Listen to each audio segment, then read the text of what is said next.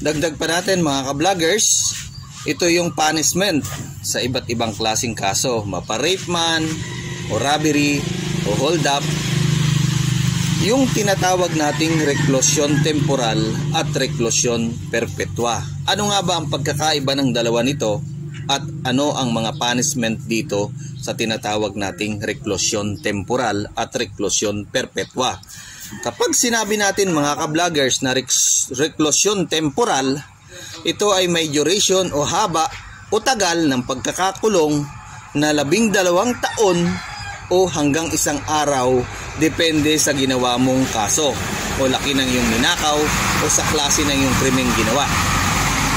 Subalit kapag sinabi naman nating reklusyon perpetua, ito ay mula sa Kastila na Latin words na reclusio perpetua na nangangahulugan ng permanenteng pagkakabilanggo sa partikular na hatol.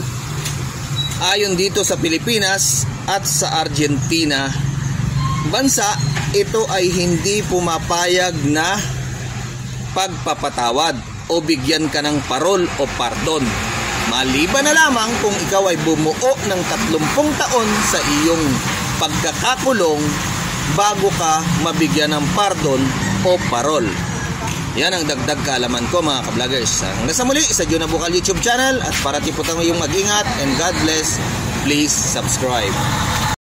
Magandang buhay mga ka-vloggers, sa John Nabukal YouTube channel po ito. Kung bago pa po kayo sa aking channel, touch all the bell para updated kayo kay YouTube sa aking mga bagong videos. Ang tatalakayin natin ngayon mga ka-vloggers ay ang tinatawag nating theft and robbery. Ano ba ang pagkakaiba ng theft at robbery? What is the differences of between two of these? Kapag sinabi natin theft is a crime against property, where robbery naman is against a person. So ipapaliwanag po natin dito mga ka-vloggers sa dulo. The action of a crime of stealing, he was convicted of theft. Yan siya. Theft kung may naging pagkuha ng personal na property. Yan ang ibig sabihin ng ating theft. Pangalawa, personal property, na ito ay pag-aari ng iba.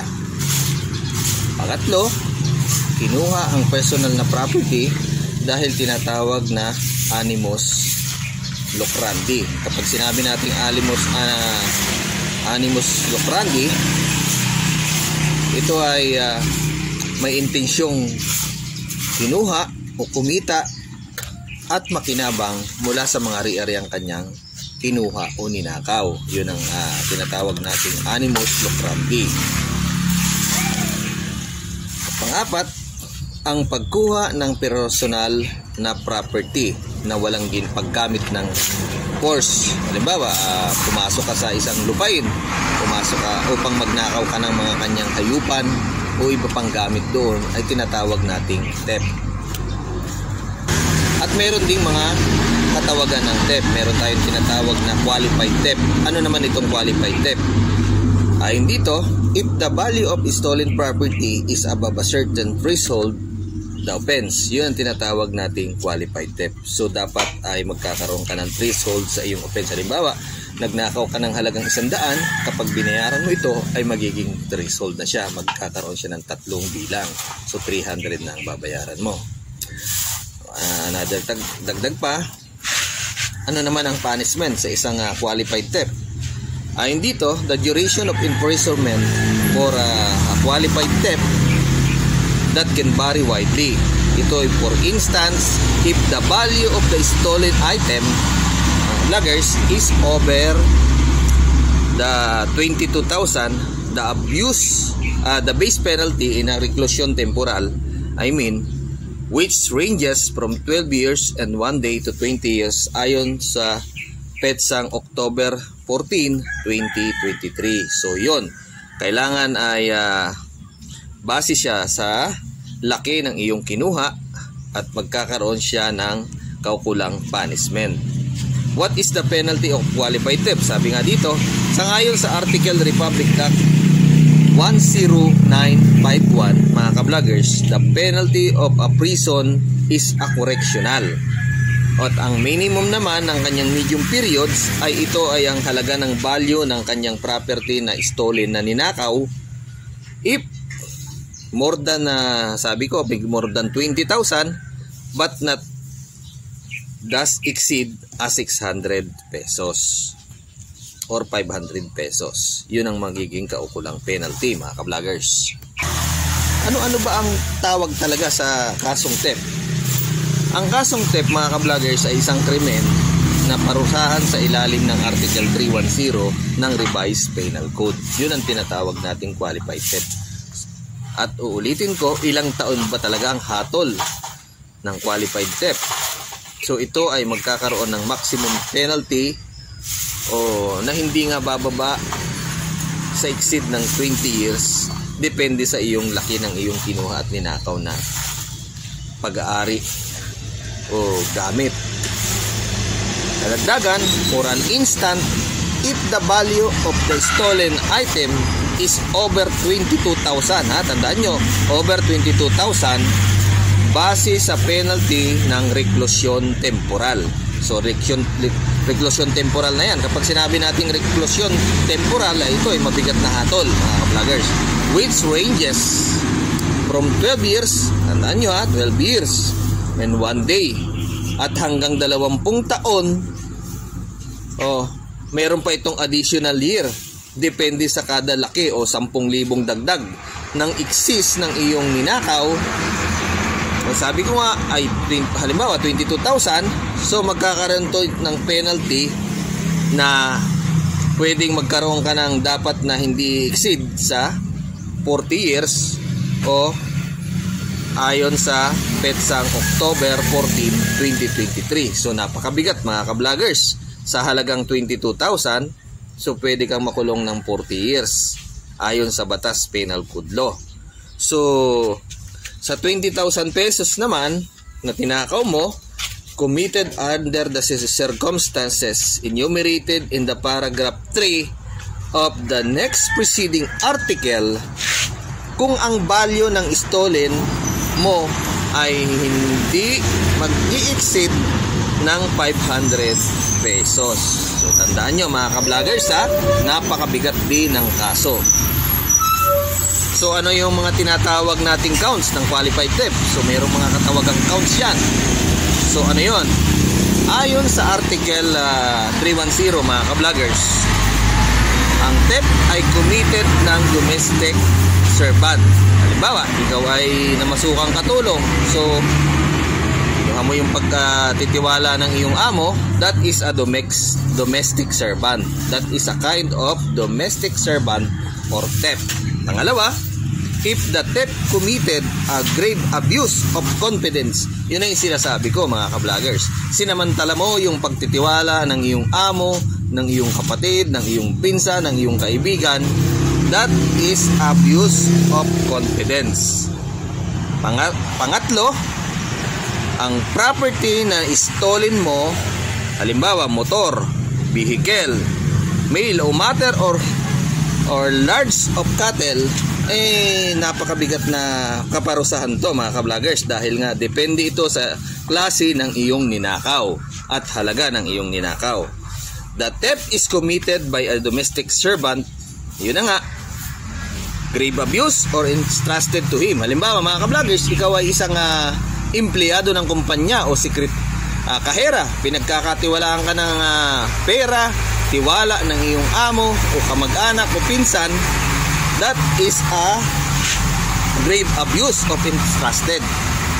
Ninakawan mo siya ng milyon-milyon, alangan naman makukulong ka lang ng 12 taon. So napakalaking kaso to, mga ka-vloggers. Ang theft ay depende sa laki ng iyong kinuha na kaso.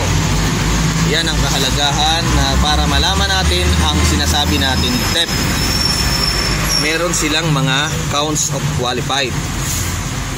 Ang halaga ng ninakaw ay halimbawa 12 taon sa pagkakakulong, sa ilalim ito ng prison mayor. Ano yung differences?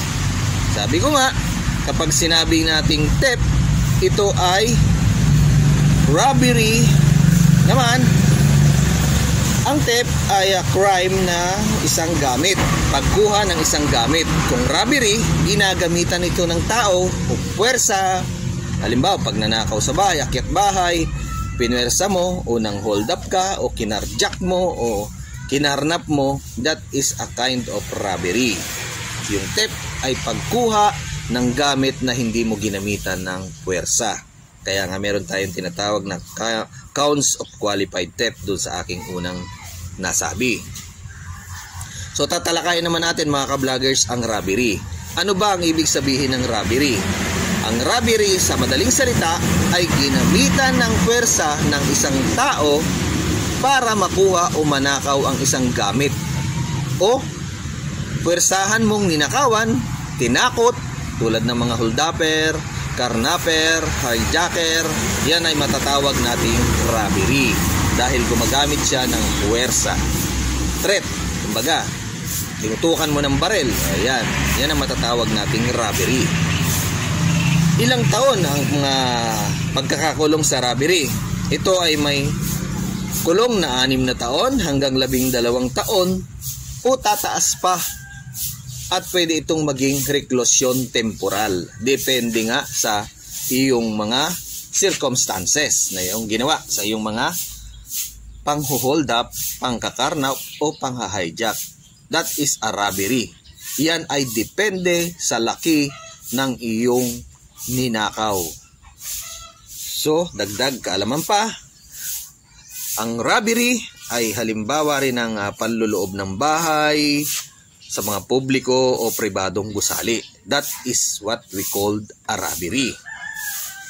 Yung sinasabi ko ay yung hijack, yung karnaping, yung hold-upping. Yan, that is a kind of robbery. Yan ang kaibahan ng theft at robbery.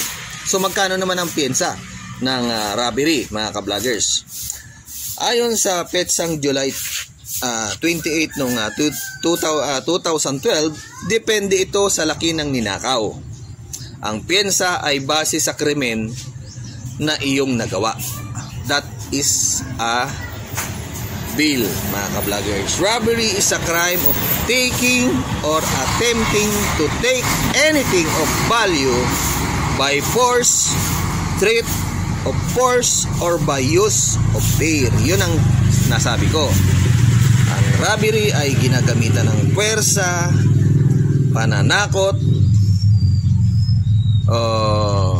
sa pamamagitan ng pagtutok ng baril, pagtutok ng kutsilyo, lalong-lalo lang yung ginagawa ng mga holdupper. That is a kind of robbery. Minsan nga pinapatay pa nila. So hindi na magiging robbery ang case, then additional the robbery, then kung pinatay mo pa, so meron pa itong murder. So depende sa laki ng iyong ginawang kaso ang magiging hatol sa robbery.